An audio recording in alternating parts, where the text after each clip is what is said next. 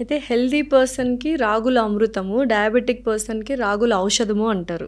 అది ఎలా వర్క్ చేస్తుంది అండ్ దాన్ని ఎలా తీసుకోవాలి ఫుడ్ని, రాగులు అనే దాన్ని ఏ ఫామ్లో తీసుకుంటే బెటర్? ఇప్పుడు ఫుడ్ను ఔషధం అనే దానికి ఏం లేదు. ఫుడ్డే, రైట్ ఫుడ్ రాంగ్ ఫుడ్ అనుకుందాం.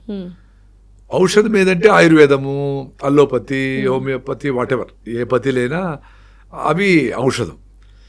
ఇప్పుడు ఇది కరెక్ట్ చేయకుండా, ఆహారము జీవన విధానం కరెక్ట్ చేయకుండా ఎన్ని ఔషధాలు తీసుకున్నా ప్రాబ్లం సాల్వ్ కాదు.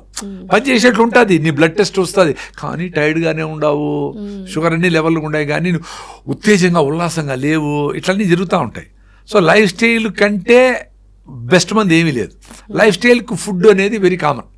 నువ్వు రాగులు తిను, జొన్నలు తిను, జొన్న రొట్టెలే తిని 40 కిలోలు తగ్గిన వాళ్ళు ఉన్నారు. ఓన్లీ జొన్న రవ్వ, జొన్న రొట్టె. అది విజయవాడ. ఆయనకి చాలా షుగరు, బీపీ వచ్చేసి నడవలేకుండా పోతే ఆ మహానుభావుడు ఎవరో డాక్టరు, నాయన మీరు లైఫ్ స్టైల్ మార్చకపోతే నేను ఎన్ని మందులు ఇచ్చినా పని చేయదు, సస్తావు నువ్వు తొందరలో, ఏదో ఒకటి కార్డియాక్ ఫెయిల్యూర్, బ్రోన్ స్ట్రోక్ ఏదో ఒకటి వస్తుంది. ఆయన భార్య భయపడిపోయి, ఆమె ఎక్కువ చదువుకోలేదంట, ఏం చేయాలి సార్ అంటే మీరు జొన్నలు తినండి అని చెప్పినాడంట. ఆమె పూర్తిగా కట్ చేసి పారేసి ఓన్లీ జొన్నలే, జొన్న రవ్వ జీరో చేసింది. 40 కిలోలు తగ్గినాడు. కృష్ణానదిలో ఈత కొట్టేదానికి వచ్చినాడు. నన్ను గుర్తుపెట్టాడు, మాట్లాడితే సార్ ఇంకేం చేయాలంటే, బాగుండవు అది ఇంకెందుకు చేయాలంటే, మీరు ఇంకేమన్నా ఇంకా ఎనర్జీ సార్ అంటే రాగిదావు తాగు అని చెప్పిన. నెక్స్ట్ మళ్ళీ ఎప్పుడో పోయినప్పుడు కనిపెడితే ఇంకా హుషారుగా ఉంది అన్నాడు.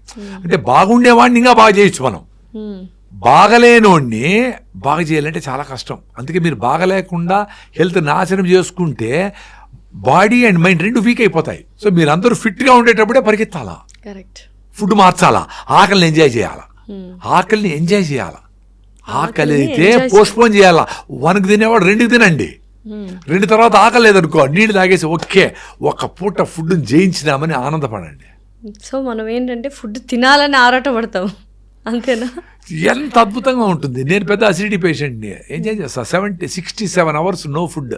రీసెంట్గా 67 అవర్స్ ఫుడ్ తినకుండా ఉన్నారు, ఓన్లీ వాటర్. నేను పెద్ద అసిడిటీ పేషెంట్, ఎండోస్కోపీ చేసి నాకు ఓమెజులు, ర్యాంటిడిన్లు అన్నీ ఇచ్చినారు. అన్నీ పోయి ఇప్పుడు నా రాగి జావతో రికవర్ అయిపోయినా.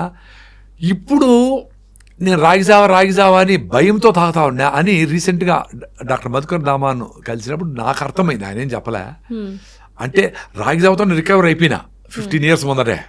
అసిడిటీ పోయింది, అల్సర్ పోయింది, మిర్చి బజ్జీలు 8 తింటా నేను ఒకటేసారి, 10 తింటా ఏం కాదు. ఇప్పుడు అది తాకపోతే నా లైనింగ్ దెబ్బతింటుందేమో, నాకు మళ్ళీ అసిడిటీ అల్సర్ వస్తుందేమో అని భయంతో తాగుతూ ఉంటా. ఇష్టంతో కాకుండా, ఇష్టమే అంటే అలవాటు అయిపోయింది, ఇష్టమే, అవసరం లేకపోయినా తాగుతా ఉండ. దానికి రీజన్ ఏంటి? నీకు ఆకలి అయినప్పుడు తినాలమ్మా. అన్ని జంతువులు, అన్ని పక్షులు అట్లే తింటాయి, ఏదైనా తినొచ్చు ఆకలి వేసినప్పుడు తినాల. వాటికి ఏంటంటే ఆహారమే దొరకదు కాబట్టి ఆకలి వేస్తే కూడా వెయిట్ చేస్తాయి, దొరకదు కదా. ఆకలి అయితే చెప్పి జంక్ వచ్చి నీకు ఆకలి అవుతుంది కదా సింహరాజా నన్ను తినే అని రాదు కదా. అది తినదు కూడా ఆకలి లేకపోతే పరిగెత్తి పట్టుకొని నేను సస్థానంగా ఫుడ్ దొరకపోతే అనుకోండి, ఎంత జోరుగా పరిగెత్తేనే దొరుకుతుంది. సో ఆకలి ఎప్పుడు వేస్తుంది? ఇంతకు ముందర ఎప్పుడు తిన్నావు? నిన్ననా మొన్ననా 3 రోజుల ముందరనా? ఏం తిన్నావు? అది రైసా బాగా అరిగేదా? ఎన్ని గంటల ముందర తిన్నావు? ఎప్పుడు కాఫీ తాగినావు? ఎప్పుడు? ఇన్ని లెక్కలు చూసుకొని బ్రెయిన్ చెప్తాది, నిన్న రాత్రి నువ్వు నిన్నేం పని చేయలేదు అయినా ఫుల్గా తిన్నావు కాబట్టి పొద్దున్నే ఆకలి కాలా, 10కో 11కో అవుతుంది ఆకలి. ఇంకా మనకు సిస్టము ఇవన్నీ, ఈ British way of education 9 to 10 పని చేయాలా, 8 hours పని చేయాలా, ఇట్లా బయట పోవాలా, ఇష్టం చదువు అదే సిస్టము. పిల్లలు కూడా చూడండి 9 to 5, ఈ ఉద్యోగం కూడా 9 to 5. నీకు ఇష్టం ఉన్నా లేకపోయినా, కష్టమైనా, ఎండైనా, చలైనా అదే పని చేయాలి. సో ఆ టైంలోనే నువ్వు ముందర తిని వెళ్ళిపోవాలా, లేదు తర్వాత నిద్రపో, ఇట్లే ఉంటుంది సిస్టమ్. సో నీవు నిజంగానే ఆకలి అయ్యేటప్పుడు తినగలిగే స్కోప్ ఎప్పుడు ఉండేది? మీ ఊర్లో ఉంటే ఉంటుంది. అమ్మ ఆకలి అయితే అన్నం పెట్టారు, పోతాడు 11కి పోతాడు, అప్పుడు తింటాడు, ఫినిష్డ్. ఆకలి వేసినప్పుడే తినడం అనేది చాలా ఉత్తమమైన విషయం. 100%. ఆకలి లేకుండా తింటే డెడ్లీ. ఆకలి అయినప్పుడు కూడా నువ్వు తినకుండా మిస్ చేసిన భోజనం సూపరు, అదే ఉపవాసము. దాన్ని ఆటోఫాజీ అంటారు. దాంతోనే చిన్న జబ్బులు మొదలుకొని క్యాన్సర్ వరకు పోయేదానికి ఛాన్స్ ఉందని నోబెల్ ప్రైజ్ వచ్చిన యశునోరి వసిమి ప్రూవ్ చేసినాడు. అయితే వారానికి ఎన్ని రోజులు ఉపవాసం ఉంటే బెటర్ అంటారు? ఆరోగ్యంగా ఉండడానికి. వెరీ సింపుల్ అండి. నాకు రీసెంట్గా బ్యాక్ సడన్గా ఏదో స్ప్రెయిన్ అయింది, మజిల్ టేర్ అయింది. 3 రోజులు నేను ఇంట్లోనే ఉన్నా. ఆకలే కాలా, అంటే పని చేయకపోతే అది అడగడం లేదు అని తెలుస్తూ ఉంది. నాకే ఆశ్చర్యం అనిపిస్తుంది. మామూలుగా ఇట్లా మాట్లాడతా, తిరుగుతా, నడుస్తా, పరిగెత్తా, 16 కిలోమీటర్ పరిగెత్తి చేసినప్పుడు అడుగుతా ఉంది. ఇది లాజికే కదా. నేనే పెద్ద సైంటిస్ట్నా, నేను మిషనరీ వస్తుంది కాదు కదా. నువ్వు పెట్రోల్ వేసుకొని విజయవాడకు పోతే ఖర్చు అవుతుంది.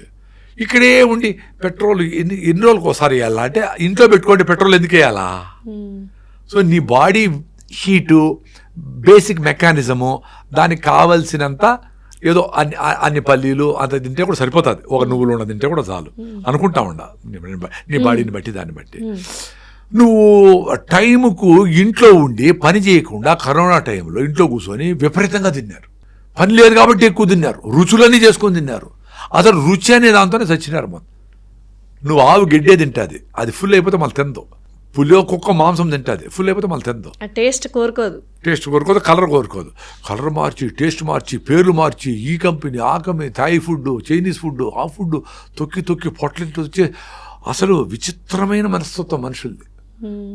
సో మీరు ఒక పూట రిచ్ ఫుడ్, న్యూట్రిషియస్ ఫుడ్, ఆర్గానిక్లో పండించిన ఫుడ్, అంత బొప్పాయికాయ 2, బాగా పండిన అంత మామిడి పళ్ళు 2, అన్ని పల్లీలు, అన్ని బఠానీలు, అన్ని శనగలు, అన్ని ఉలవలు, అన్ని పెసలు, గుగ్గిళ్ళు, ఇవి తింటే చాలు. మళ్ళీ ఆకలి ఉండదు. అది నేను ఎక్స్పీరియన్స్ అయినా ఇన్ని గంటల తర్వాత. నేను పెద్ద అసిడిటీ పేషెంట్, మీరు అందరూ గుర్తుపెట్టుకోవాల్సింది ఏమంటే నేను అసిడిటీ పేషెంట్ను. మీరు అడిగినారు చూడు, ఎవరి 2 hours తినాలని అట్లా డాక్టర్లు అందరూ నాకు చెప్పినారు. నువ్వు ఖాళీ పెట్టకూడదు, నీ యాసిడ్స్ అన్ని రిలీజ్ అయితే లోపల డ్యామేజ్ అవుతుంది అని చెప్తా ఉన్నారు. మరి ఎట్లా బయటపడినాను?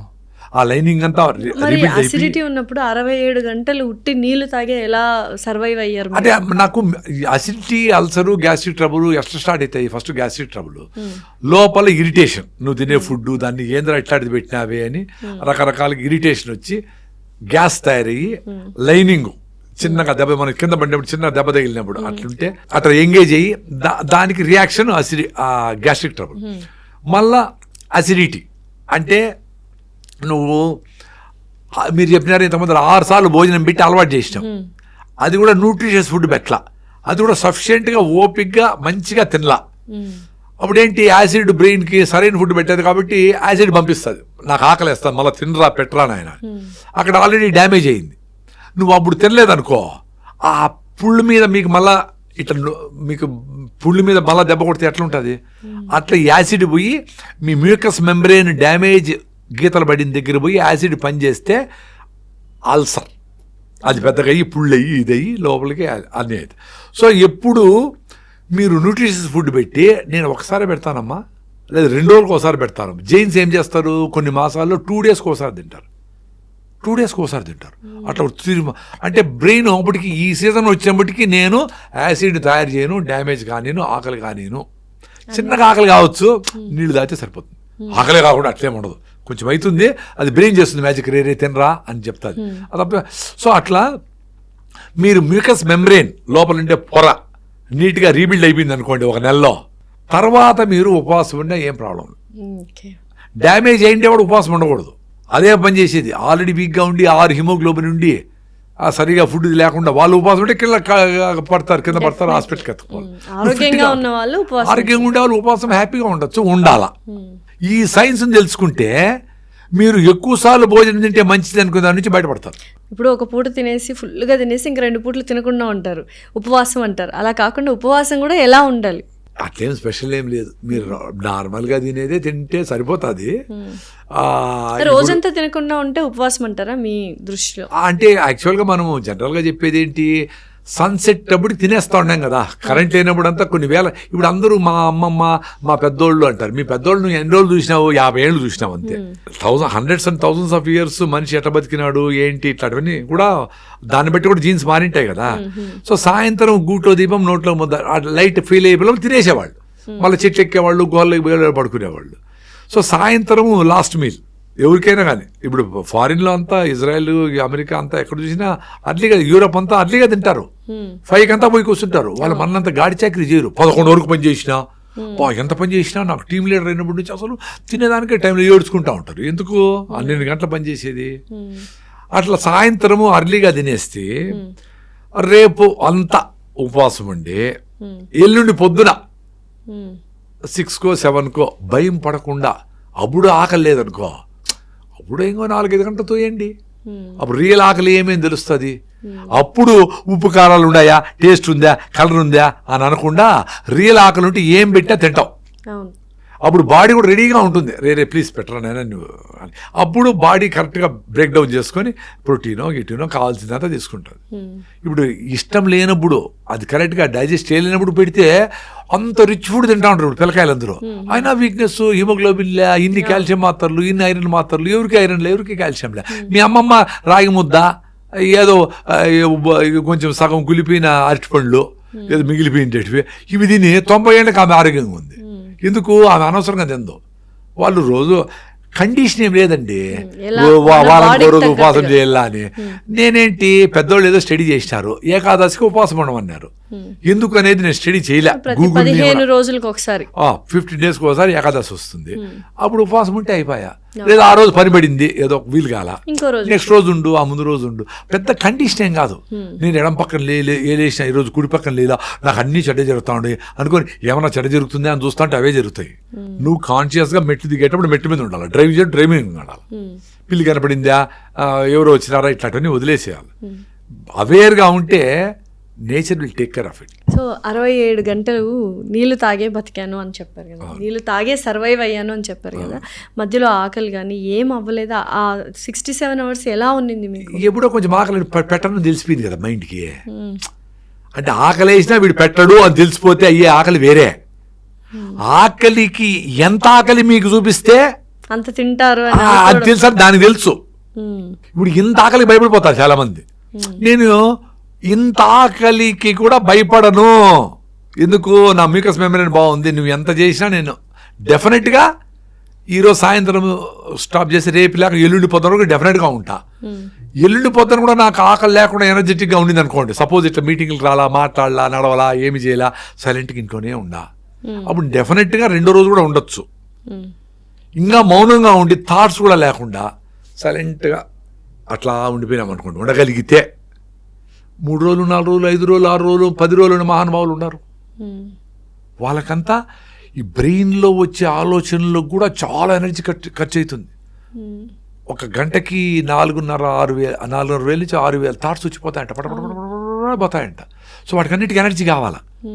సో సైలెంట్గా ఉన్నామంటే బాడీ సైలెంట్ అనేది ఒకటి, మైండ్ కూడా సైలెంట్గా ఉండేది ఒకటి. సో మైండ్ సైలెంట్ అంటే ఏంటి? నీకు వీలు కానివన్నీ మైండ్లో వస్తూ ఉంటాయి. అయ్యో నేను మా కూతురు పుట్టిందనో, ఇంకోటో IIT రాలేదనో, నేను చిన్నప్పుడు కానీ ఇటు చేసింటేనో, ఒక్క సెకండ్ మారింటే నా యాక్సిడెంట్ తప్పించుకునేదనో, ఏంటో అయిపోయింది కదా. ఆలోచనలే వస్తాయి. మీరు మెడిటేషన్ చేసినప్పుడు అవే వస్తాయి చూడండి. అంటే మీ చేతిలో లేనివన్నా వస్తాయి, ఫ్యూచర్ అన్నా పాస్ట్ అన్నా వస్తాయి. ప్రజెన్స్. అందుకే శ్వాస మీద ధ్యాస. బుద్ధుడు ఆనాపానసతి అంటే మీ శ్వాస మీద ధ్యాస పెట్టండి అంటే ఇది కూడా ధ్యాస పెట్టకూడదు. ఏముంది, ధ్యాస వస్తుంది పోతుంది అంతే కదా. కానీ ఇదన్నా పెడితే అవన్నీ లేకుండా ఉంటాయి. అదే మెయిన్ యాక్చువల్గా. అంటే నిజంగానే ఏ థాట్స్ లేకుండా ఐడియల్గా మన బ్రెయిన్ ఉంటుందంటారా? మీరు ఇంత హెల్దీ లైఫ్ స్టైల్ లీడ్ చేస్తారు కదా, మీకు ఇప్పుడు ఇలా కూర్చొని ఉంటే ఏ థాట్ రన్ అవ్వదా బ్రెయిన్లో? అవి తగ్గిపోయినాయంటే ఇప్పుడు మా ఇంట్లో మా అమ్మాయి పెళ్ళి ఎట్లా, మా అబ్బాయికి ఏమి ఎదురుతుంది, ఇట్లాంటివన్నీ అది వచ్చినప్పుడు దాని గురించి ఆలోచిస్తా. ఇప్పుడు మీరు టార్చి ఏదైనా పడేసుకున్నారు, అప్పుడు టార్చ్ చేస్తారు, దొరుకుతుంది, మళ్ళీ ఆఫ్ చేస్తారు. టార్చ్ చేసే పెట్టుకొని అటే పోతా ఉంటే బల్బులు బర్న్ అయిపోతాయి. అట్లా మనకు సంబంధం లేని వాటి కోసం ఎప్పుడు అవసరమో అప్పుడు పూర్తిగా అన్ని రకాలుగా ప్లాన్ చేసి అట్ట కొట్టచ్చు. సో అది చిన్నగా మీకే తెలుస్తుంది. ఇప్పుడు అబ్జర్వేషన్ మీరు అబ్జర్వ్ చేసుకునే వచ్చి ఏ థాట్తో ఏం జరుగుతూ ఉంది. ఇప్పుడు ఒక పని జరుగుతుంది, కోర్టు కేసు అండి వేసినావు, కోర్టు కేసులు వేస్తే 2-3 ఏళ్ళు రావు, ఆ క్యూలో వస్తాయి కాబట్టి రావు.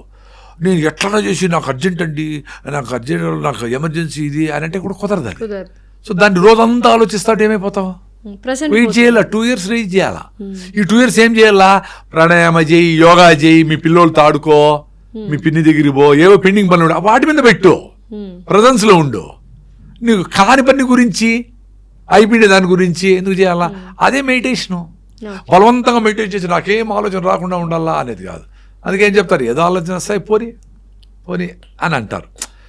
నా దృష్టిలో ఇప్పుడు మనం మాట్లాడుతూ ఉన్నాము, ఇది బాగా ఇన్వాల్వ్ అయ్యి అరే సింప్లిఫై చేసి సామాన్యులకి అర్థమయ్యేటివి కొన్ని చెప్దాము, వాళ్ళు ఆ సింపుల్గా రాగులు జొన్నల మీద గౌరవం తెచ్చుకొని ఈ కార్పొరేట్ దీంట్లో ట్రాప్ అయిపోకుండా వాళ్ళు బతికితే ఆ ట్రూత్ అనే చెప్దాము.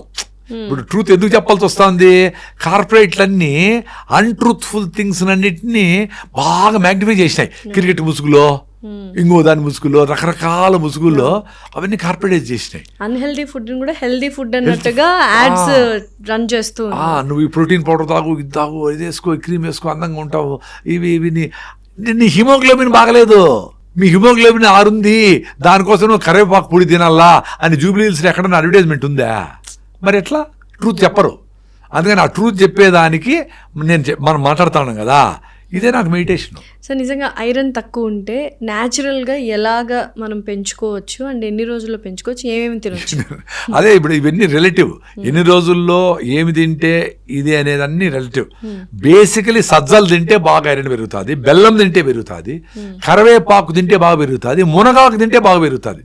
కానీ డాక్టర్లు ఈ ఫార్మాసిస్టులు ఏం చెప్పేది, ఇంత మునగాకులో ఇంతే ఉంటుంది ఐరన్, కాబట్టి మేము దాన్ని ఎక్స్ట్రాక్ట్ చేసి ఏదో ఇస్తాము అంటారు. కానీ ఓకే, ఎమర్జెన్సీకి అది వాడండి, న్యాచురల్స్, న్యూట్రాసిటికల్స్, కెమికల్స్ లేకుండా ఉండే సప్లిమెంట్స్ వాడండి. బట్ ఓవరాల్గా మీ బాడీనే తయారు చేసుకునే దానికి ఏం కావాలో అట్లా చేసుకోవాలి. రెగ్యులర్గా అట్లా తినేదానికి లేదు కదా సప్లిమెంట్స్. సో మీ బాడీకి సజ్జల్లో, మునగాకులో, అవిశాకులో, కరివేపాకులో పోతే దాంట్లో ఉండే ఫైబరు, దాంట్లో మెకానిజము ఏదేదో ఉంటుంది, అవన్నీ కలిసి థ్యాంక్స్ అని చెప్పి ఆ మైక్రోబ్స్ దాని మీద కూర్చొని దాని మీద ఆడి దాన్ని తిని అవి విసర్జిస్తే ఏమో జరుగుతుంది లోపలంతా, దాని స్కోప్ కూడా ఇవ్వాలి.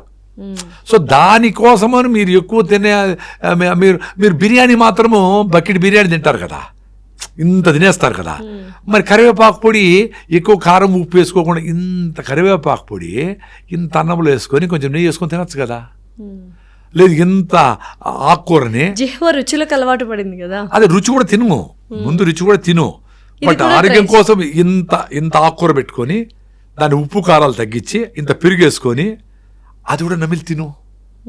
లేదు తినలేవు, మిక్సీకి వేసి ముక్కు మూసుకొని తాగి, గ్లాసులో పెట్టుకొని తాగి. దీనికే పెద్ద విజయం కావాలా? నేను అదే చెప్పేది. ఇప్పుడు అనారోగ్యం పాలు చేసే మందు తాగేవాళ్ళు, వాకింగ్ చేయని వాళ్ళు ఎవరన్నా ఉన్నారు, వాళ్ళు అట్లీస్ట్ మీరు ఎంజాయ్ చేయాలనుకో మీ ఫుడ్ని, మీరు బతుకుండాలా, ఆరోగ్యంగా ఉండాలా. ఇప్పుడు షుగరు బీపీ వస్తే ఏం తింటావు, ఇవి ఎట్లా ఎంజాయ్ చేస్తావు ఫుడ్ని? లివర్ పాడైపోయింది, లివర్ సిరోసిస్ అయింది, మందు ఎట్లా కొడతావు? సో మందు తాగేవాడు కూడా ఫిట్నెస్కు పొద్దున్నే పోయి ఫిట్గా ఉండి బాగా యోగా ప్రాణాయామం చేసి అన్నీ చేస్తే నువ్వు నీ ఒక పెగ్గు 2 మంచిదేం కాదు, డెఫినెట్గా ఒక చుక్క కూడా మంచిదేం కాదు. నువ్వు లాంగ్ ఇయర్స్ ఎంజాయ్ చేయొచ్చు కదా. నువ్వు ఫుడ్ తినక, ఎక్సర్సైజ్ చేయక, ఇంత రావైపోయి బిర్యానీలు తిని నేను బాగా ఎంజాయ్ చేయాలి మంది ఉంటే చేయలేవు. హెల్త్ పోతే ఎట్లా ఎంజాయ్ చేస్తావు ఫుడ్? నైనా సో బిర్యానీ అంటున్నారు కదా, సో చికెన్ బిర్యానీనో మటన్ బిర్యానీ ఎంత డేంజర్ అయిపోతుంది మన పొట్టని, ఏం చేస్తుంది అసలు ఆ బిర్యానీ? మీరు మెకానిజం చెప్తే ఇవాళ బిర్యానీ తినేవాళ్ళు, బిర్యానీ లవర్స్కి ఒక కనివింపు అవ్వాలంటే ఎంత డ్యామేజ్ చేస్తుంది మన గట్టుని. బిర్యానీ ముసుగులో మనం ఎక్కువ రైస్ తింటామండి, అవును, ఆయిల్ ఇవి ఎక్కువ ఉంటాయి. నువ్వు దాంట్లో ఉండే చికెన్, మటన్, ప్రోటీన్ అది వాటెవర్, అది స్మాల్ క్వాంటిటీ ఉండొచ్చు. నేను వెజిటేరియన్, నేను అవి తిన్నా, అది కూడా ఇంకా ఓకే, అది బ్రాయిలర్ చికెన్లు అన్నీ మంచిది కాదని మీకు అందరికి తెలుసు, అవన్నీ యూట్యూబ్లో ఫుల్గా ఉన్నాయి. సో ఇంత రైస్ తినేది డేంజర్, అది తెలుసుకోవాలి. ఇంత ఆయిల్ వేసేది డేంజర్. ఆయిల్ కూడా ఏం ఆయిలో తెలియదు, ఆ టేస్టర్స్ ఏమేస్తారో తెలియదు, అజినమోటో ఇవన్నీ టేస్టర్స్ ఏమేమి వేసి ఏమేమి చేస్తారో తెలియదు. అవి చెక్ చేసుకొని వాటిని తగ్గించుకుంటే బిర్యానీ మీద పెద్ద ఇంట్రెస్ట్ ఉండదు. ఇప్పుడు ఉత్త చికెన్ అయితే అంతా 2 ముక్కలే తింటావు అంతే కదా, దాంట్లోకి వేసి స్పైసెస్ వేసి అది ఏం చేస్తుంది పొట్టని. ఎందుకు అది అవుతుందంటే బాగా తొందరగా రైస్ అంతా అరిగిపోతుంది కదా. సో ఆ కిక్ వస్తుంది, మొత్తం గ్లూకోజ్ కిక్, నీకు బాగా తృప్తి అవుతుంది, మొత్తం అబ్బా భలే ఉందబ్బా అనుకుంటావు, మొత్తం వస్తుంది, నిద్రపోతావు. సో నీ పని చేయలేవు, ఒకలాంటి ప్లెజర్ అనుకోండి. అంతే, మందు తాగేది ఎట్లా ప్రెషరు, సిగరెట్ తాగేది ఎట్లా ప్రెషరు, రైస్ ఎక్కువ తినేది కూడా అంత ప్రెషర్. నేను ఎట్లా ఎక్స్పీరియన్స్ అయినానంటే, రీసెంట్గా బెంగళూరులో ఒక హోటల్లో, పెద్ద హోటలు, ఆంధ్ర స్టైల్ అని రైస్ పెట్టినారు, వైట్ రైస్, సోనా మసూరి ఏదో ఉంటాయి. బాగా తిన్నాం, బాగా తింటాం కదా ఎట్లయినా. తిన్నాక 2-3 అవర్స్ డ్రైవింగ్ తర్వాత పొట్ట